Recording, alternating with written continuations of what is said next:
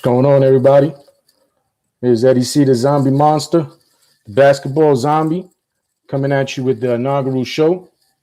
Um, Thanks for coming and sharing some time with me, sharing some basketball with me. Uh, we love our New York Knicks. I just, wanted to come in and have a space where I could come in and talk New York Knicks and give you guys my opinions, what I think, why I think these things, and I'm happy to share my opinions with your opinions with everybody on this new platform. Um, everybody has their own ways of thinking, and everybody has the opinions, and this is a platform that we could come together and talk these things out and let some steam off for our New York Knicks. Hopefully, we're gonna have a great year this year, like we did last year. Um, and I just want to welcome y'all to the space. This is a new endeavor for me. I'm learning as I go, and so just bear with me. I'm not gonna know everything. I'm not gonna know all the ins and outs. But as the channel grows, we're gonna grow together. And with me, that's part of the journey, right? Growing with everybody, making sure everybody's happy in this platform.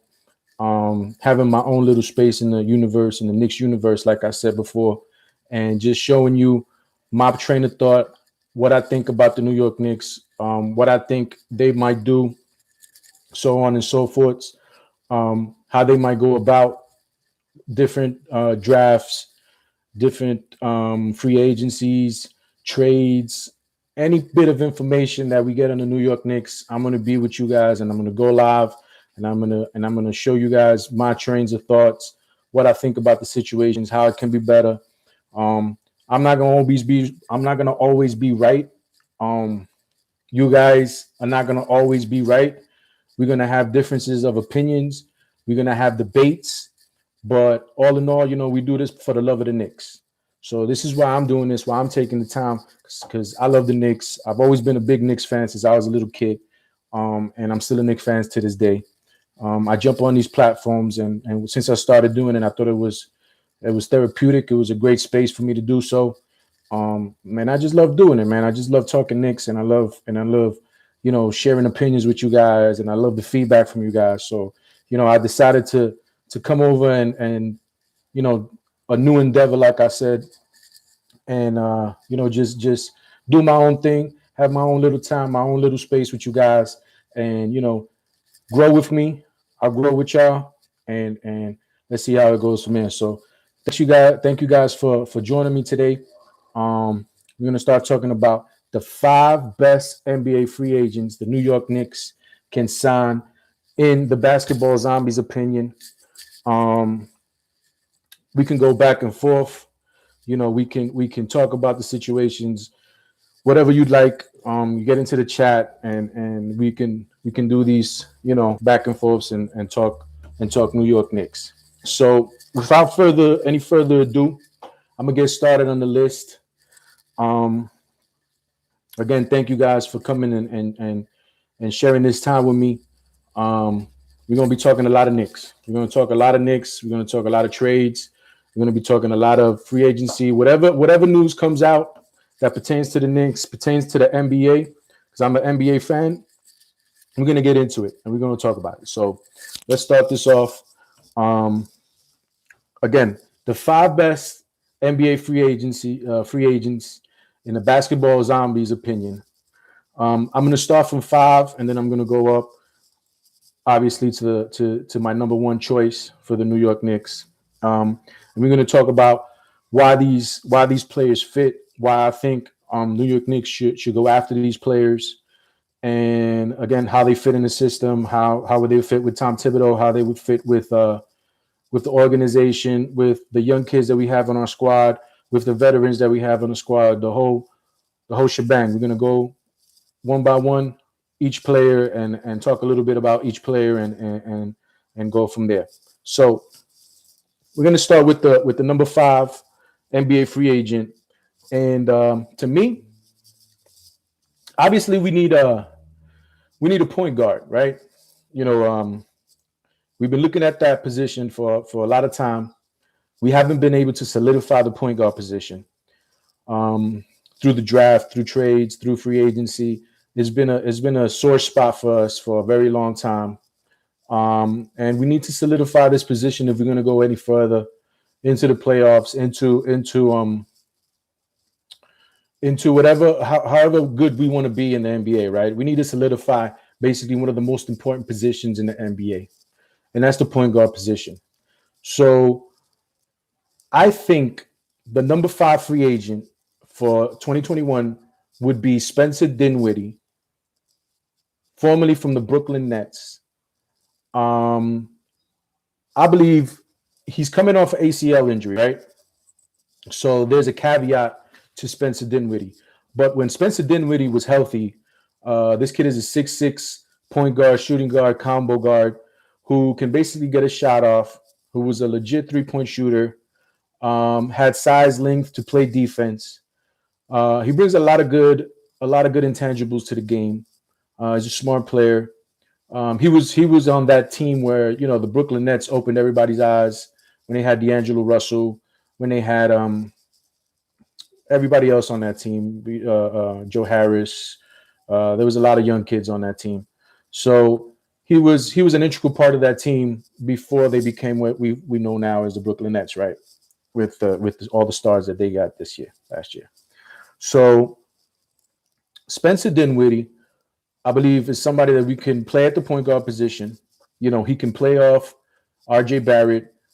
He's an extra scorer on the floor. He's somebody that, can get his shot off in late game situations. And he's somebody that the defense is going to have to key on, besides keying on Julius Randle or RJ Barrett. So he's just like a third option out there, which makes it so much harder for the defenses to key on certain types of players. So in my the way I vision it is, we give Spencer Dinwiddie a 2-year, $45 million deal with a second-year team option, right? Now, the second-year team option is because, obviously, like I said before, he's coming off an ACL injury. So, we have to be careful when we sign a player that's coming off an injury, because we don't know how he's going to actually come out and be able to play the grinds of the NBA, the 82-game season, if we go to the playoffs, so on and so forth. So this is something that is going to help the New York Knicks organization to, in case something happens to Spencer Dinwiddie, we have a second-year team option where if he plays well, we can take up his option if we want to do so. And if it doesn't fit, if he's not a good fit for any reason, it doesn't have to even be basketball related. He just didn't mesh well with the squad. There's a lot of things that can happen. So we have that option to either let him go back into free agency, or we could pick up the team option. But this is a player that's going to have a lot of suitors in the NBA. So it's not like we can lowball this player. We have to give this player a sizable contract where he's going to want to sign with us and say, okay, this is the amount of money that we're thinking. 2 years, $45 million will come out to $22.5 million a year. I think that's somewhat of a good, overpaying a little bit, but somewhat of a good contract for him. Like I said, there's going to be a lot of shooters, so you have to be competitive. You have to give these guys competitive offers if you're ever going to want them to come to the Knicks, right? So, a lineup with Spencer Dinwiddie at the point guard position, RJ Barrett at the 2. If we can find a 3, right, in free agency or in trade, somebody at the 3, or we can mix and match. We can also play Emmanuel Quickly at the 1, Spencer Dinwiddie at the 2, RJ Barrett at the 3.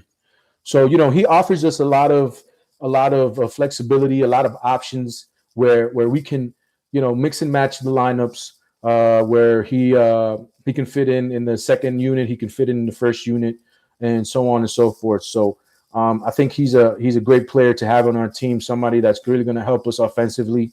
And he's 6'6", so he's not a small guard. He's a big guard. He's going to be able to guard pretty much 1, 2, and 3.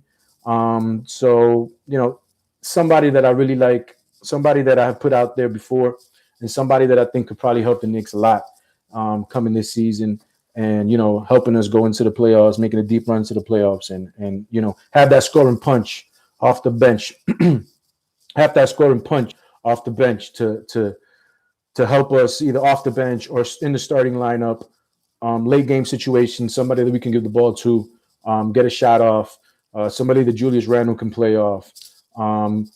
Everything, hopefully he stays healthy. If he's healthy, this guy's is a player that's gonna help us a lot and get us, some buckets, some late game buckets that we sorely needed last year.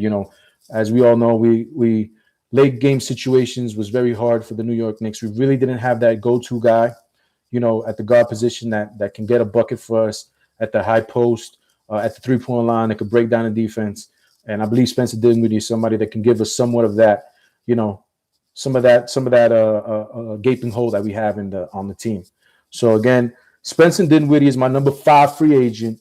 I give him a 2-year, $45 million deal. That's $22.5 million per, and a second-year team option. So we can save face, in case something happens, we can do what we would like with his contract, pick it up or decline the option. Again, this guy's going to be sought after in the league. You have to give these guys competitive offers. I'm pretty sure somebody might be able to give a more competitive offer than that. He has to pick and choose what he'd like to do, what he wouldn't like to do, and try to go from there. All right, so that's Spencer Dinwiddie, formerly from the Brooklyn Nets, my number 5 free agent for the New York Knicks. Now we're going to go to the number 4 free agent for the New York Knicks. I was going back and forth with this player. I actually had somebody else on the list, but thinking about it, I decided to drop one of the players from the list, and I added another player to this list. Now this is a player. He's 6'3". This player is 6'3", but he plays taller than his height. I believe he's playing a lot of small forward now. He can play the off guard. This player, again, is another player that you can mix and match. You can put him in a lineup with RJ at the 2. You can put him with RJ at the 3. This guy he's very athletic. This player is very athletic. And, he came into his own between 2 years ago and last year. He started to get it. He's 28 years old. So he's not necessarily a very young player, but he's in the prime of his career, and I think that's important to get players who are just hitting their prime. You can get maximum value from these players, and these players will do great in your organization, being that they're 27, they're 28 years old, 29 years old, right? So the number 4 player on my list for NBA free agents is Norman Powell. Norman Powell is formerly from the Portland Trailblazers. He was traded last year for Gary Trent, right? They were traded. Gary Trent was traded to the Toronto Raptors, and Norman Powell got traded to the Portland Trailblazers. Now, both of these guys are eerily similar, Gary Trent Jr. and Norman Powell. I believe the only difference for me is their contract, right? One of them was a free agent. Was going to be a unrestricted free agent, and the other was going to be a restricted free agent. So I can sense the reason why Toronto would want to do a trade for Gary Trent, because Gary Trent was restricted, so they have the option to sign and match any deal that Gary Trent Jr. had. On the other hand, Norman Powell is an unrestricted free agent, and he can basically sign anywhere he'd like to the highest bidder. So I really didn't get the reasoning why the Portland Trailblazers would do this. And to tell you the truth, it looked like it didn't work. He didn't mesh well. Hence Portland Trailblazers lost in the first round. You hear all this talk about Damian Lillard now.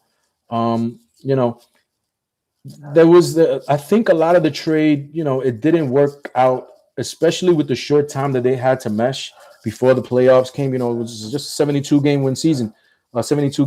So, the time was cut short, probably not a lot of practice time.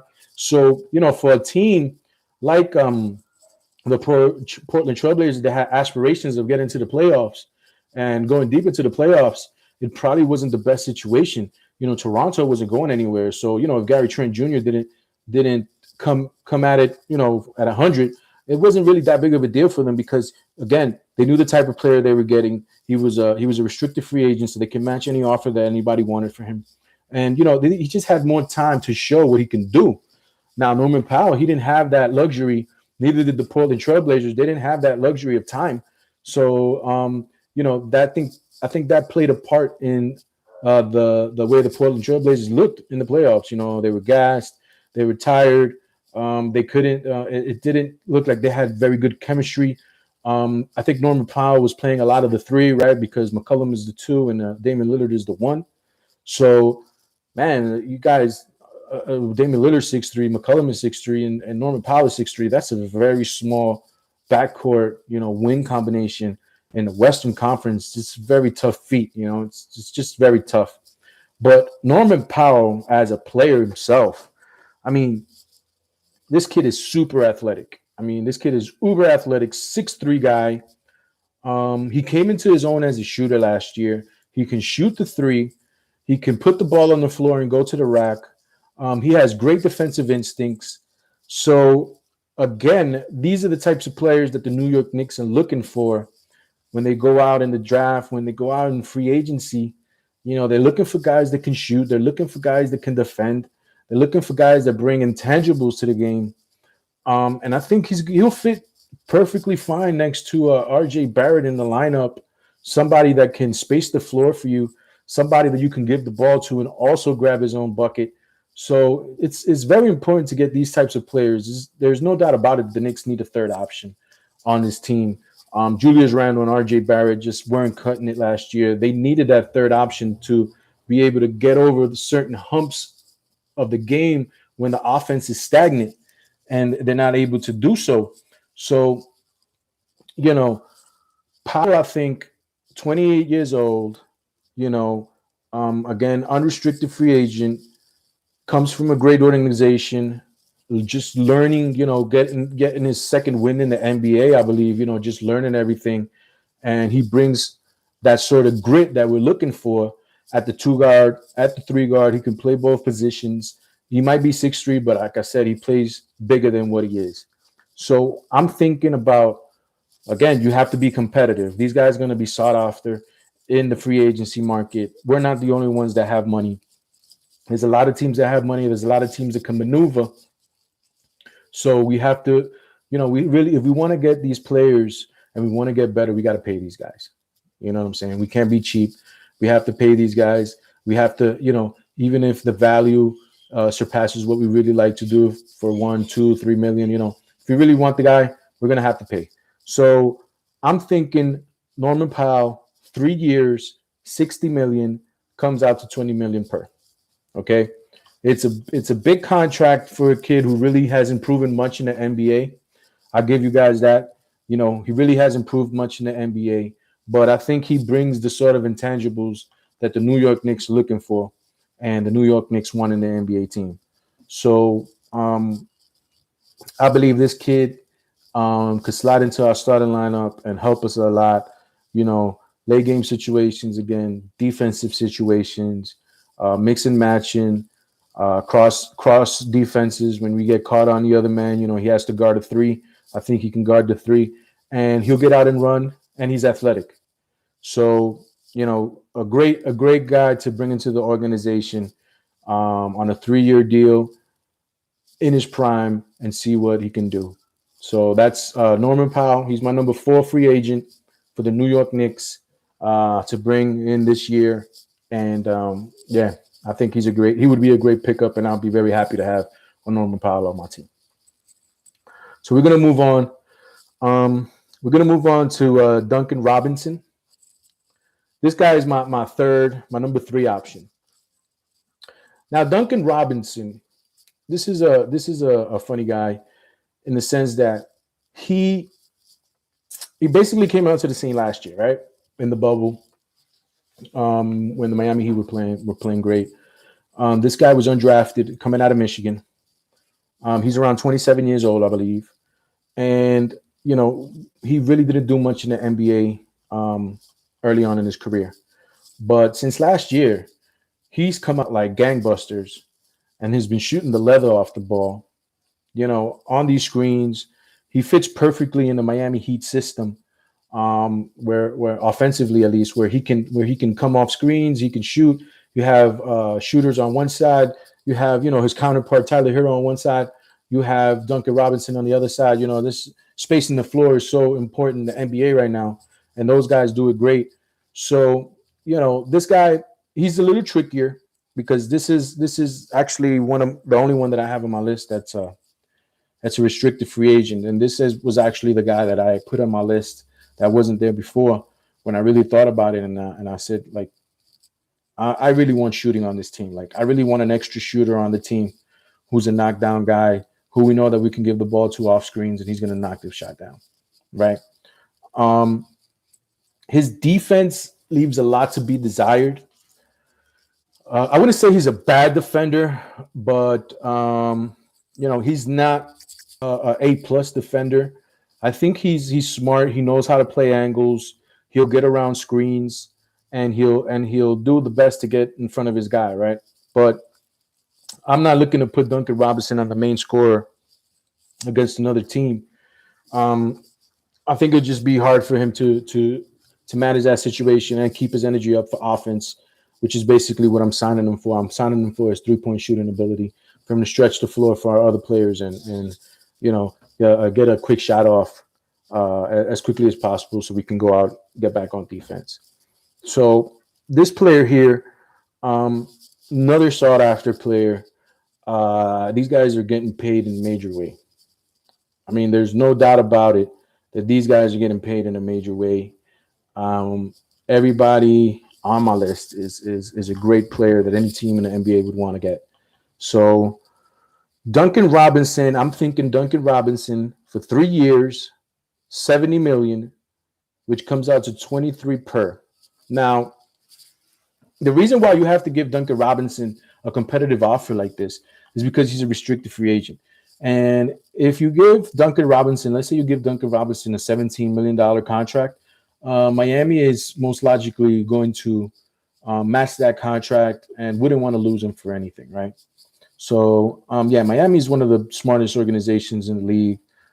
They're one of my favorites next to the Golden State Warriors. I think Golden State Warriors is the motto for the NBA.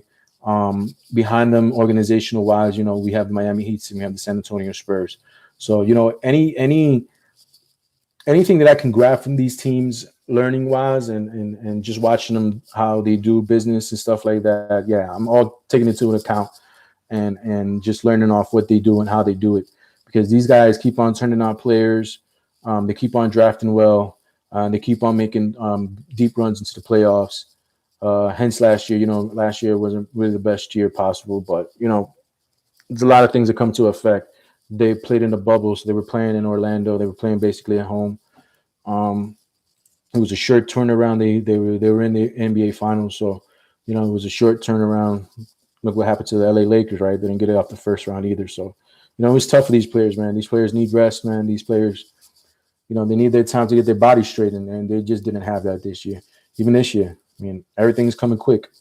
Like 29th, we had the draft. Now tomorrow, we're going to have free agency. We're going to find out who we're going to really have on this team. And a week from then is going to be the summer league. So, these things are coming fast and furious, guys. To me as a fan, I love it. But for the NBA players, they must be dog tired. We still got some elite players in Tokyo playing in the Olympics. So it's like, it's hard on these guys' body. Again, 3 years, $70 million, 23 per. Tell me what you guys think about this player. I'm really high on him. He's number 3 on my list. Tell me what you think. If you think it's a bad idea, if you think it's a good idea, write it down in the comments. Let me know what you think. I'll try to respond to everybody. Like I said, man, I want to grow with you guys. Hopefully within a few months this train will be moving, and we'll have everybody that we need, and we can have great discussions. We can have people on the panels, people that want to come in and pose their opinions and what they would like to do. I love it, man. I love it I love to be part of that. So again, Duncan Robinson, 3 years, $70 million, 23 per. I think he'd be a great fit at the 3.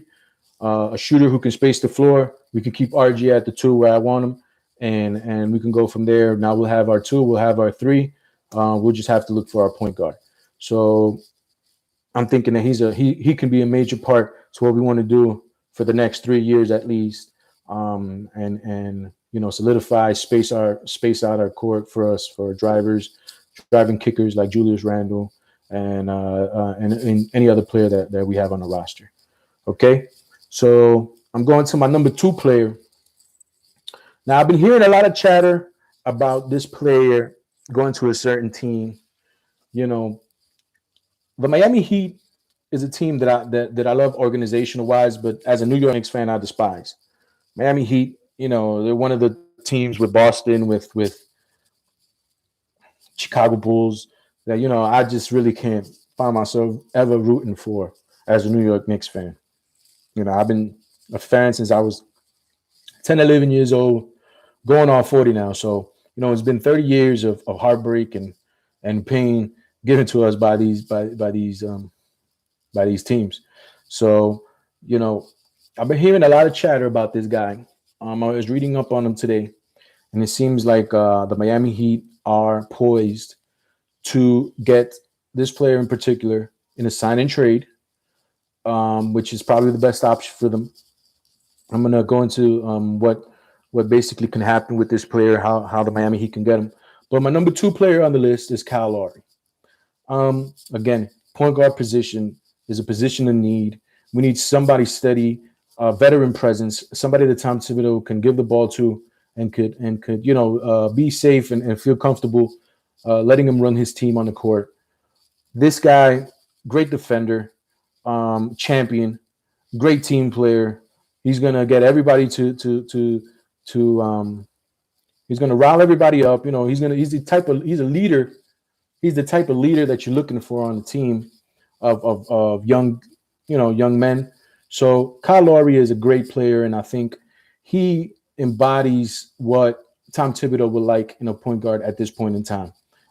You can't have a whole bunch of kids playing and try to go to the playoffs and not have a veteran presence there. Even with a Julius Randle, even with an RJ Barrett that's wise behind his ears, they need guidance. Kyle Lowry is somebody that can bring them that. Kyle Lowry is somebody that can play defense. I love the way he takes charges defensively. I love his tenacity. He's about 6'2", 6'1", 6'2", but he plays like a dog. So, you're going to have this guy, and he's going to be in the right places at the right time. He's going to be shooting the right buckets. He's going to be getting his shot off when he needed the most. A player that's, again, super sought after. There's not one team in the NBA, I think, that's not going to want this type of player. Even though he's advanced in age, he brings so much intangibles to your team. You can basically say he's good for about 3, 4, 5 wins per year, just himself. So, you're adding somebody that can get you those types of wins and get you a couple of wins in the playoffs by just being himself, just hitting his shots, late game situations, defensively standing in front of anybody, guard the point guard, guard the 2 guard. Played a lot of 2 guard in Toronto, and just somebody that's not going to back down from anybody. So Kyle Lowry, you're going to have to pay for this guy. This guy is looking for major, major cash. You're not going to be getting this guy on the cheap. This guy is well sought after in the league. So you're going to be getting this guy, and you're going to have to pay for this guy. So I'm thinking about Kyle Lowry, 2 years, $60 million. All right. So that's 30 years per. All right. And you're going to have to definitely sign him for 2 years because he's going to be looking for this type of contract. He's going to be looking for this type of contract, and he's going to be looking for somebody that's going to be able to pay him X amount of money, and he wants to win. So he wants to be in a great situation. He's been in the league long enough and has won a championship. So this is the type of player that can ask for these sort of things. Not everybody can ask for these sort of things and think they can get them because they don't have the cachet in the league. This player, he has the cachet. Kyle Lowry can basically decide where he wants to go. I mean, he's an unrestricted free agent, right? But he can say, if I want to go to a certain team and they have to maneuver to get him, like that team better start, running the wheels and how they can get Kyle Lowry on their team because he's going to make a difference on your team. So, again, my number 2 player on the list is Kyle Lowry, 2 years, $60 million. That's $30 million per year. It's a lot of money for a player his age, but I think, like I said, he's going to bring stability to your point guard position. He's going to be a player that you can hand the keys over, and you can be comfortable with him running your team. And he's just a complete dog, a leader. He's gonna bring you the defensive intangibles that you want, and he's gonna be able to knock down that three when you want. Play off other players on the team, Julius Randle and RJ Barrett. And he's just a great locker room guy, man. This guy is he'll do wonders for us at the point guard position. All right. So that was number 2 on my list. And I'm going to the final player on my list. Again, I want to thank you guys for stepping in and sharing the time with me. It's going to be a grind. I don't know everything and anything and everything about what I need to do, how I need to do this, how I need to get the platforms, how I need to get you guys into the panels. I can't even see my chats right now. If anybody's been chatting with me, I can't even see it. I don't know where the button is. So I'm learning, and I'm gonna keep learning. This is the first time I've ever gone live on YouTube, and I hope you've enjoyed so far what my thoughts are, how I'm going about free agency, and let's see how many I hit. Let's see if I hit anything, and then we can talk about it later. Because obviously, free agency is on Monday, so I'm gonna try to get another video out after free agency has ended about the players that we did get, what we're still looking for, blase blah. Just give you some more content about the New York Knicks and how I feel they did in the free agency, right? There's been a lot of talk about Leon Rose not stepping up to the plate, not getting us players that we want. A lot of talk about Tom Thibodeau and his coaching style. But this is the basketball zombie's opinion. This is my space. This is my little corner in the Knicks universe. And I'm gonna give it to you real. I'm gonna show you everything that I know, and I want your opinions and I want your feedback. I want you guys to tell me what you like, what you don't like. And we can go and debate these situations, and you can give me your opinions and I'll give you my opinions. And, we see how these things pan out. You see how these things flourish. And hopefully, Knicks fans, you guys are one of the smartest people that I know, man. So, you guys are going to be right. There's sometimes that I may be right, and we can go back and forth with this. This is what it's all about. This is what the fun is. So again, I want to thank you guys for sharing this time with me. And I appreciate love from the Knick universe, from everybody. The basketball zombie, baby. I'm here to stay. I'm gonna give you Knicks content as much as I can. When the New York Knicks come out, I'm gonna go live. I'm gonna learn how to do these panels and these live chats and all these, and we're gonna grow together. And the basketball zombie, the basketball zombie crew is gonna grow. So thank you again, guys. But without further ado, I'm going to get into the number 1 NBA free agent for the New York Knicks next year. We are number 1, baby. All right, we made it to number 1. This player here, there seems to be people that like this player, and there seems to be people that don't like this player. And for the reasons they have, I believe that it's they all have good reasons as to why they like him and why they don't like him. I think some of the reasons why people don't like this player is because they say that he doesn't come up in crunch time, right? He doesn't come up and plays big when they most need him to. And I can see that happening. I can see where sometimes he left a lot to be desired on the floor. But when I think about him, I just think that he does so much for an organization. He's shown it throughout the years where he comes to an organization and he basically turns it around and becomes a winning organization, no matter who's on the team. No matter if you got 20 years old on the team and he's the only one playing. No matter if you have veterans on the team, he's part of the crew. So with that being said, to me, it just screams that, this guy is a baller. This guy is going to take you and put you where you want to go. No matter what, no matter who's on your team, he is going to fit with anybody that's on your team. He's going to make them better. He's a great facilitator. He's shown a lot of offensive ability for the past 5-6 years. I've been seeing him do these turnaround jumpers, and it's just money all the time. He's a tough guy. He doesn't get along with everybody.